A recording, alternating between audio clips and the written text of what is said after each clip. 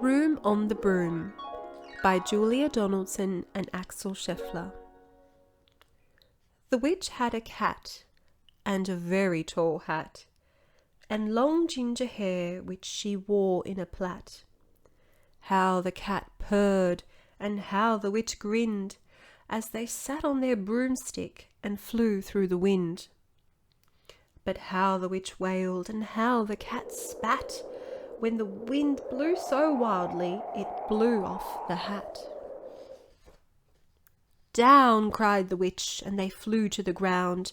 They searched for the hat, but no hat could be found.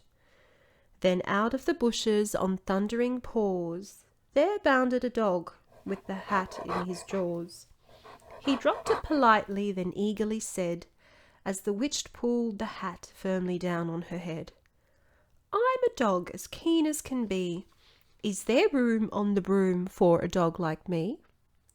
"Yes," cried the witch, and the dog clambered on.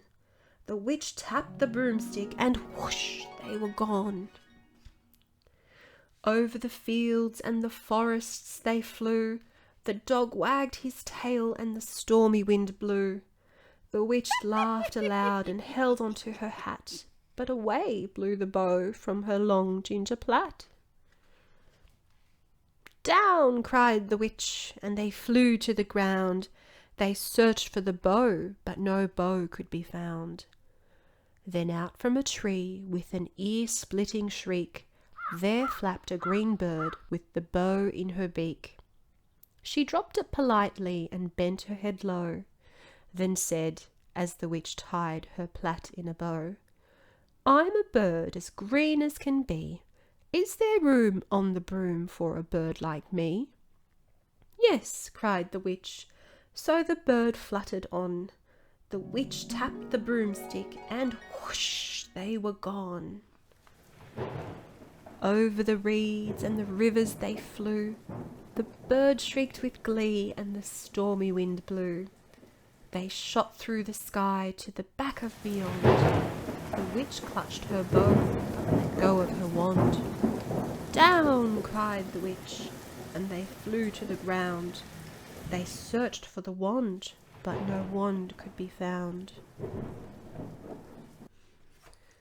Then all of a sudden, from out of a pond, leapt a dripping wet frog with a dripping wet wand. He dropped it politely, then said with a croak, as the witch dried the wand on a fold of her cloak, "I'm a frog as clean as can be. Is there room on the broom for a frog like me?" "Yes," said the witch. So the frog bounded on. The witch tapped the broomstick, and whoosh, they were gone. Over the moors and the mountains they flew. The frog jumped for joy, and the broom snapped in two. Down fell the cat and the dog and the frog. Down they went tumbling into a bog. The witch's half broomstick flew into a cloud, and the witch heard a roar that was scary and loud. "I'm a dragon as mean as can be, and I'm planning to have witch and chips for my tea." "No!" cried the witch, flying higher and higher. The dragon flew after her, breathing out fire. "Help!" cried the witch, flying down to the ground. She looked all around, but no help could be found. The dragon drew nearer and nearer, licking his lips, said, "Maybe this once I'll have witch without chips." But just as he planned to begin on his feast, from out of a ditch rose a horrible beast. It was tall, dark, and sticky, and feathered and furred. It had 4 frightful heads, and had wings like a bird. And its terrible voice, when it started to speak, was a yowl and a growl and a croak and a shriek. It dripped and it squelched, and it strode from the ditch, and it said to the dragon, "Buzz off, that's my witch." The dragon drew back, and he started to shake. "I'm sorry," he spluttered. "I made a mistake. It's nice to have met you, but now I must fly." And he spread out his wings and was off through the sky.